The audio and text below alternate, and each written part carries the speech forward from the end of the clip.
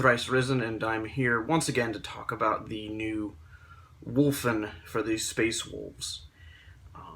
Today I just want to go more over like a discussion of some of the stuff, now that we actually have images of the English translations. My prior video, I'll put a link to that in the description here, talked about my translation of the German White Dwarf, but now that we actually have the English White Dwarf more or less available to us, we can, those of us in the English-speaking countries, can get more of a concrete idea as to what these Wulfen are all about. I'm going to start off by saying I'm actually pretty pleased that my translation was for the most part accurate. There were definitely some stuff I wasn't sure of, and it was good to definitely see what the actual wording was on certain things. And then there were one or two things that I definitely got wrong. I mean, I'm not perfect. My German is by no means fluent, and there was one thing of particular interest going into the weapon. The War Gear of the Fang is a page that we have available to us, and we had the Tempest Hammer, which I translated as Storm Hammer, as opposed to the more commonly known Thunder Hammer. But we had the Storm Hammer, but it is translated in English as the Tempest Hammer. And it basically, it's a Thunder Hammer with Hellfrost. And the translation that I predicted is in the unit entry for the Wulfen is they could take a Storm Hammer and a Storm Shield for 20 points. This is not correct. They can take a Thunder Hammer and Storm Shield for 20 points. I thought maybe this was a misprint. Maybe, someone at Games Workshop had typed the phrase out, Thunder Hammer and Storm Shield, so many times that they just put it into the book. Excepting now that we have more images available to us from the White Dwarf, especially in the pages talking about the models, where they showcase the models, it specifically denotes, even though that on the Space Wolf models it denotes that, or what I mean to say is that on the model it looks like they have a unique looking hammer. I thought maybe that's the Storm Hammer that's mentioned in the War Gear list. But when they go into the detail, see here, I know it says somewhere in here it talks about it being a Thunder Hammer rather than a Storm Hammer, as we thought. I'm scanning through the leaked images here. It is on one of these. Ah, yes. If you have access to some of the leaked images on Spiky Bits, and they have where they go through the models, it's number 6 on one of them. It says, "This Thunder Hammer, of which there are 5 in the box, bears the 2-headed sigil of the Death Wolf Morkai," which more or less conclusively proves that they can take Thunder Hammers and Storm Shields, which raises another question. I raised this question like it before in my first video. Is in the War Gear of the Fang we have the Frost Pistol, or the Hellfrost Pistol. Yes, the Hellfrost Pistol. And the Wulfen cannot take it. So a lot of people were wondering, and I know in the Italian translation they were also wondering, maybe does this mean we're getting an independent character that can have access to the Hellfrost Pistol? Well, now that question applies to the Tempest Hammer, because the Wulfen cannot take it. And one thing I noticed that was just of interest to me, looking through the War Gear of the Fang, you have the Hellfrost Pistol, you have the Stormfrag Auto Launcher. I translated as Storm Splitter Salvo Grenade Launcher, but it's the Stormfrag Auto Launcher. We have the Great Frost Axe, which was translated as a 2-handed Frost Axe in German, but it is the Great Frost Axe. We have the Frost Claws and the Tempest Hammer. The Great Frost Axe, the Frost Claws, and the Stormfrag Auto Launcher, in the italics above the weapon entry that is sort of like the lore of the weapon, all of those describe that these weapons are wielded by the Wulfen. In the Great Frost Axe, it says that they've been forged specifically for the hands of the Wulfen. The Frost Claws, it says that the Wulfen, these are wielded by the Wulfen, and that they're a mystery, and they make them themselves somehow. And the Stormfrag auto launcher. It says they're mounted between the broad shoulders of the Wulfen and are used to assist them in assault. Okay, that's those 3 weapons, and those are clearly available in the war gear list for the Wulfen to take in their unit entry. Whereas the Hellfrost pistol and the Tempest hammer, which aren't available in the entry, make no mention of the Wulfen in their entries. The Hellfrost pistol says the Hellfrost pistol projects a short-ranged but devastatingly effective beam of sub-zero energy at its target. Flesh blackens with catastrophic frostbite. Armor and weapons buckle and crack. Soon enough, unless the victim can fight their way free, they are entombed forever as a withered mummy in a jagged tomb of ice. Bad way to go, but it makes no mention of the Wulfen. Similarly, the Tempest hammer says an aura of killing cold crawls across the head of the Tempest hammer, ticking and crackling like pack ice. When the hammer is swung in anger, this energy discharges in blasts that freeze the target solid even as they smash it apart. It is a deadly combination, able to reduce the wielder's victims to shattered shards of ice in a single blow. Again, no mention of the Wulfen here, so perhaps is this something that is just going to be added to the war gear of the normal Space Wolves armory? There is mention in some of the text here talking about the contents of the Warzone Fenris Curse of the Wulfen box set, if you will, that has all the tokens and dice and books, as I mentioned in the previous video. It says the second book is loaded with rules for your games. It boasts hostile environment rules for the Fenris Warzone, and 6 Echoes of War missions to refight the key events of the story. It also has rules for the new Wulfen models, and how to use them with your Space Wolves army. There are also updated rules, psychic disciplines, and warlord traits for Chaos Daemons, along with new formations such as the Infernal Tetrad, 4 Daemon princes who go to war against the Space Wolves in the story, and Space Wolves formations based on the Great Companies. They haven't outright hinted that we're getting a new version of the Space Wolves Codex, but there have been some suspicions on my part as to whether we may or may not be.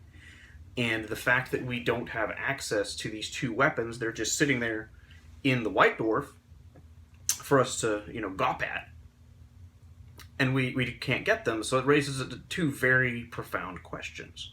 Where do these weapons go?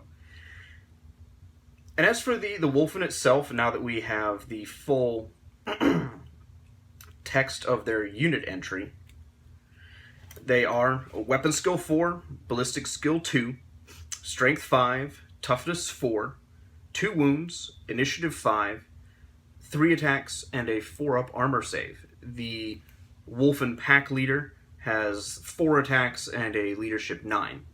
A typical Sergeant increase of 1 attack and a +1 Leadership. A typical unit consists of 5 Wulfen for 150 points. They come standard with a close combat weapon. I remember in my translation, the German word was Handwaffe, which literally translates as hand weapon. So I wasn't sure if they were referring to their claws or if they literally meant a close combat weapon. It means close combat weapon. Their special rules, they have acute senses, and they shall know no fear, bulky, counterattack, curse of the Wulfen, feel no pain, and rage. In German it said Berserker, and I made a big note of saying, I don't know what this rule is. It's rage, so they're going to get the benefits of that. In a close combat, it's +2 attacks on the charge, I believe. And so that's definitely good, which means they'll be swinging in for 5 attacks base, or 6 attacks if they're the pack leader. And if they're wielding double weapons, like the 2 Frost Claws, there'll be an extra attack involved in that. So that's a lot of dice you get to throw at something at a decently high strength, because the Frost Claws. Those are going to be strength 6, and they're going to get 6 attacks on the charge. That's very significant. Only the toughest vehicles and creatures will not flinch at that. So that's a big deal. They have Bounding Lope. They can run and charge in the same turn and can re-roll failed charge rolls. They also have Death Frenzy. If the model in this unit is slain in the fight subphase, it can, at the end of the current initiative step, pile in and fight before being removed as a casualty.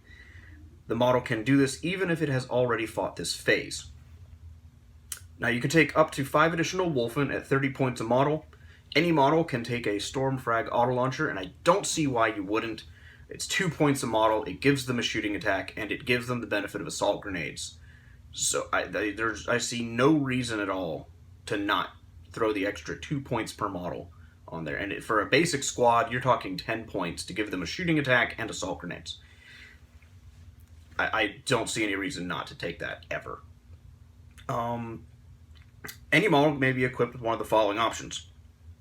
A Great Frost Axe at 8 points a model, 2 Frost Claws at 12 points a model, or a Thunder Hammer and Storm Shield for 20 points a model. And you can upgrade one Wulfen to a pack leader who has 2 Frost Claws for 20 points. The unit can also select a Storm Wolf as a dedicated transport. The Curse of the Wulfen, I remember I said on the hunt table of 1 to 3, I wasn't sure what the special rule where it translated to like beat down. It sounded like it was trying to get at strike down, but it's Hammer of Wrath. So on a 1 to 3 on the hunt table, they will get Hammer of Wrath, special rule, and can reroll failed charge rolls. I translated as attack rolls. That's a big significance. It's reroll failed charge rolls, not just attack rolls in general, which is definitely a huge distinction there. The Bestial Swiftness on a 4 of 5, they add 3 inches to the maximum move distances of all models in the affected units when they move in the movement phase, when they run, or when they make charge moves. The Reckless Ferocity, models in effective units have Furious Charge special rule and gain D3 bonus attacks for charging instead of 1, unless they already have Rage. So the Wulfen can't benefit from this, or units that already have Rage can't benefit from this. And it is very important to note that this affects all non-vehicle Space Wolves units within 6 inches of any Wulfen unit. Blood Claws, Sky Claws, and Swift Claws are affected if they're within 12 inches. Longfangs are only affected if they're within 3 inches. And this does not affect Wulfen, Fenrisian Wolves, or Servitor units, or units that are embarked at the beginning of the turn. That's also very significant. So if you had units in a Land Raider that were going to charge out, they would not benefit from the Curse of the Wulfen, that assault phase. So that definitely is a tactical consideration to keep in mind when using the Wulfen in this fashion. And when you roll on this table is you roll at the beginning of your turn after making your reserve rolls. Unfortunately, those reserves, as stated, they won't benefit from the rule because they weren't on the table when you rolled. Or not they weren't on the table when you rolled, but they weren't on the table at the beginning of the turn because it says... actually, no. That would... I sit corrected. That would affect units that came on via reserve. It only does not affect units that were embarked. Units that are not locked in combat are affected by the hunt table. Units that are locked in combat are affected by the kill table. The kill table, which affects those that are locked in combat, on a 1 to 3, you add +1 initiative to models in those units, which is good. 4 to 5 is Wild Savagery. Models in effective units can re-roll all failed to wound rolls in close combat. And on a roll of a 6, they get Unstoppable Fury, which it confers the Death Frenzy of the Wulfen to that unit. Alright, getting into the weapons specifically, I know I discussed some more of the mysteries about them a minute ago, but getting into their actual profiles, the Hellfrost pistol is range 12, strength 8, AP 1, pistol, Hellfrost. And for those of you that aren't familiar, Hellfrost says that when a model suffers 1 or more unsaved wounds from this weapon, it must pass a separate strength test for each wound suffered or be removed from play. I'm pretty sure that bypasses, it's not instant death, it might bypass Eternal Warrior. I need to check the Eternal Warrior reading to make sure that's accurate, so don't quote me on that. But if I'm right, that's a significant thing tactically. It means that this is one of the best pistols in the game, in my opinion, because it's strength 8, AP 1. It can glance a Land Raider, which is kind of the king's standard of can I hurt it. And even on like a monstrous creature, there's that possibility of it failing a strength test and being just removed from play. So it's a pistol that can touch anything in the game, functionally, because it's strength 8 and AP 1. So, highly, highly good, and that's why I'm really anxious to see who can take this pistol, because I'm going to put it on stuff. Even if it's 20 or 25 points, I think it's largely worth it to put it on a model, because it's just that good. The Stormfrag auto launcher, which is the other ranged weapon in the Warrior of the Fang page here, it's range 12, strength 4, AP 5, assault D3. I was correct on the D3. So it's basically a bolter that fires 1 to 3 shots at range 12. So it could be slightly worse than a rapid firing bolter, or it could be slightly better, but you're going to get to assault with it either way. So again, I don't see any reason not to have this. The assault, it says models in a unit that includes one or more models equipped with a Stormfrag auto launcher do not suffer the penalty to their initiative for charging enemies through difficult terrain, but fight at their normal initiative in the ensuing combat. So it's basically like assault grenades, if I remember correctly. The Great Frost Axe, which the Germans is Zweihand Frost Axe, which is why I said it was two-handed, Zweihand. But it's the Great Frost Axe here. Strength +3, AP 2, melee, reaping swing, two-handed. Reaping swing on a turn in which a model equipped with this weapon charges. It strikes at its normal initiative order in the ensuing combat. In any subsequent rounds of combat, the wielder strikes at the initiative 1 step. It is a unwieldy, excepting not in the first round. And that's really significant for an assault unit, because that is the one hesitation I think any assault unit has with taking an axe weapon or a power fist or any unwieldy thing is, yeah, I'm an assault unit, I'm built to get in there, so I'm going to charge in and then go last. And it's kind of nonsensical, and I really like the flavor of this is, yeah, it's a big unwieldy weapon, but I'm running in there, swinging it into the enemy, and so I'm getting a full initiative at first, and now that we're in cramped close quarters, now, okay, it's unwieldy. So I do appreciate that. The strength +3 is absolutely insane, because it means they're going to be striking just ungodly amounts of strength with all the extra attacks from rage. Huge deal. Frost Claws already kind of got into. Strength +1. They're AP 2, so they can kill Terminators pretty easily, and the melee shred specialist weapon, so they're getting to reroll those wounds in close combat at AP 2, which means in a toe-to-toe fight with Terminators, they're going to be going first if the Terminators are using, power fists or thunder hammers, and they're going to force invul saves on those Terminators, which I'll get into a comparison about the two of them in a minute. Then we have the Tempest Hammer, which is strength ×2, AP 2, melee, concussive, Hellfrost, specialist weapon, unwieldy. Once again, Hellfrost, if a model suffers one or more unsaved wounds from this weapon, it must pass a separate strength test for each wound suffered or be removed from play. So that's the basic overview of what we've got for the new Wulfen in English. And now what do I think about these Wulfen? Has my opinion changed? I'm still concerned about the 4-up armor save. I fully understand why it's there for lore reasons. It just means that they have a 50% chance to save from a wound that has been inflicted upon them, as long as it's not AP4 or better, which is a fair amount of things. There's a huge difference between AP3 and AP4. There's a huge difference. So there's definitely that. They do have Feel No Pain, but other than that, unless you sink the 20 points in there to give them a Thunder Hammer and a Storm Shield, they're pretty vulnerable to being hit because they're toughness 4.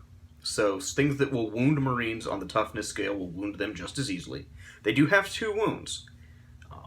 As I said in the prior video, a melt weapon is going to kill them exactly at the same rate that it kills a Space Marine, because it will be instant death. It'll deny them their armor save and their Feel No Pain.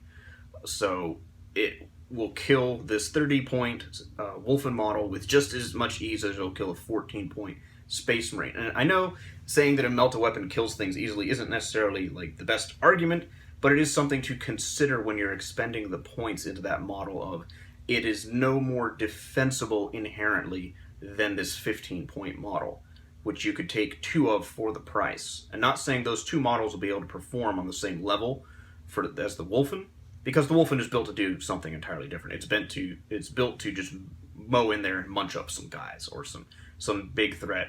It's a bullseye unit. It is a unit that is going to have a target painted on it from the moment it hits the table, because no one wants the Wulfen to be in their face. No one's going to sit there and go, please assault me, unless they're running like Abaddon or some crazy Daemon Prince build, or some epic meaty character or monstrous creature unit. And even then, there's so much AP2 here that unless you've got a good invul save in your back pocket, these guys are going to make your day really unfun. So how would they stack up when you compare them to, say, an average Terminator? I have here a Terminator with lightning claws or wolf claws, if I was using them as a wolf, which I do. So how would a Wulfen stack up against a Terminator? Well, I think on a one-to-one basis, the Wulfen is going to ruin a Terminator's day. Because the Terminator, yes, it has a 2-up armor save, it has a 5-up invul save, it has the lightning claws or the wolf claws, it has depending on the type of unit, it might have not quite as many attacks, but it might have a comparable number. I know Dark Angels are very good at spitting out a huge amount of attacks from their Terminators, especially their elite, their Deathwing Terminators.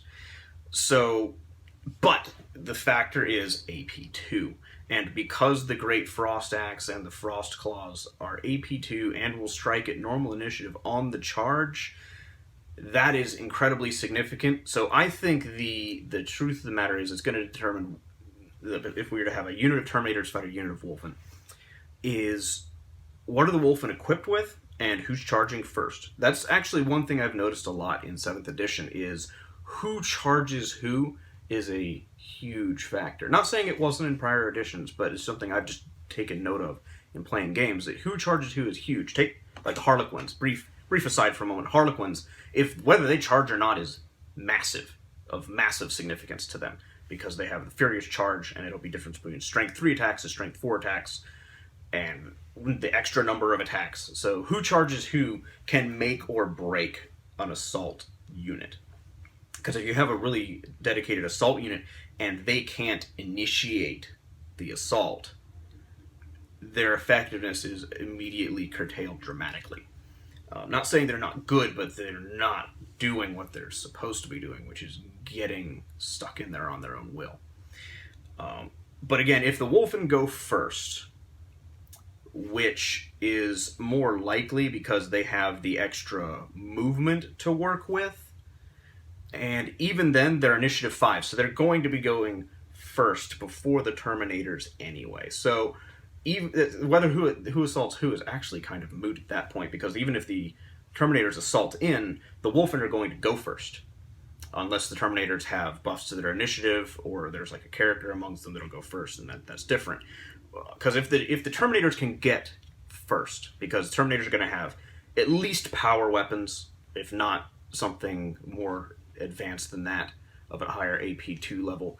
If the Terminators can go first, the Wulfen are in trouble, because the Wulfen will get no save. They'll get their 5-up feel no pain at best, and that's all they got, unless of course you put the Thunderhammer and Storm Shield on, in which case they'll get a 3-up invul, which if the Terminators have similar thing, they're on equal footing there.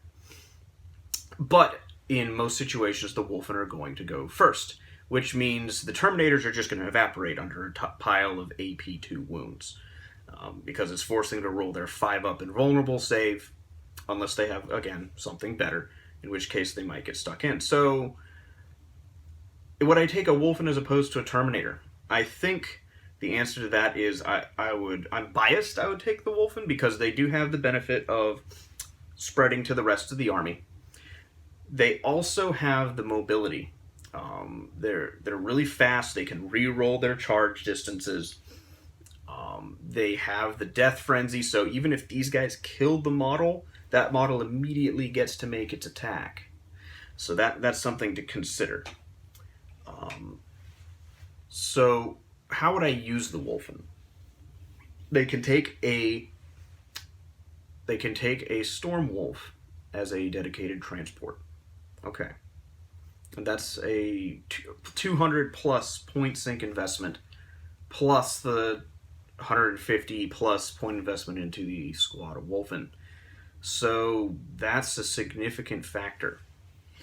Now, would I rather just take Wulfen and maybe put them in something like, say, a Land Raider? So what's the benefit of putting them in a Land Raider? Well, obviously the Land Raider is going to do what a Land Raider does. And the Land Raider's job, for those of you who aren't familiar to the hidden ways of a Land Raider, at least as far as I and most other people perceive it, is the Land Raider isn't necessarily, it's not really there. What it is, it's a giant bubble that will sabot, look that term up on Wikipedia if you don't know what it is, it will sabot a unit across the table safely, it will convey them safely, and spit it out into someone's face. And I think a Land Raider would not be a terrible point investment for the Wulfen, because the Land Raider can sit there, especially if you had, say, something like a Land Raider Redeemer or a Land Raider Crusader, something as opposed to a normal Land Raider, because a normal Land Raider, because of the las cannons and some of the other the weapons on it, you kind of are hesitant to shove it forward. I constantly succumb to the temptation to hold the Land Raider back and just plink at things with the las cannons. That's why I want to invest at some point into getting a Redeemer, so that I can go, it's more effective when it's in their face, so I will have less hesitation about just shoving that thing up the table. But it's armor 14, and it's going to convey these Wulfen, which have that defensive vulnerability, into someone's face and open it up. Now, it will be true that if you have units embark in Land Raiders, say if you were to field a weird Wulfen version of like a Deathwing strategy, where you have a bunch of Land Raiders with Wulfen and other close combat units in there, those units won't benefit from Curse of the Wulfen because they're embarked. So that is definitely a drawback to loading everything up in boxes and shipping it across the table. What about a drop pod? What if you were to put them in a drop pod? That could be interesting. There could be some interesting stuff to be done with that. The last thing I was thinking of talking about is, again, I keep coming back to these two weapons, the Stormhammer and the Hellfrost pistol. And the fact of, I haven't seen it anywhere in this text, but I've heard on the Italian sites, they mentioned something of there being a Slayer model. And the Ulrich the Slayer model is not available on the GW website at the moment. Last time I checked anyway. And so, are we getting a Ulrich resculpt? Or, as someone I spoke to the other day suspect, what if we just got a generic, like, Wulfen wolf priest called a Slayer? And what if we had, just a specific unit designed to synergize with the Wulfen that could take this Frost pistol and maybe this hammer and work with them in a certain regard? What if we got a special character unit to go along with them? Because in the lore, as I mentioned in the prior video, the Wulfen did that. They had wolf priests kind of shepherding them around, saying, let's go this way or let's go this way. And one thing I've noticed is some people were complaining about the Wulfen going, well, why do they have the modern paint scheme? Why do they have current weapons? Well, in here it says directly that the Iron Priest, under the directions of Logan Grimnar, the Great Wolf, chapter master functionally of the Space Wolves faction, have been equipping the Wulfen with new gear so that they can better fight the enemies of mankind. So that's me quickly addressing and dismissing that complaint right there. All right, well, thank you very much for listening to me go on about this. I'm excited for the Wulfen, can't wait to field them on the tabletop. Thank you for watching.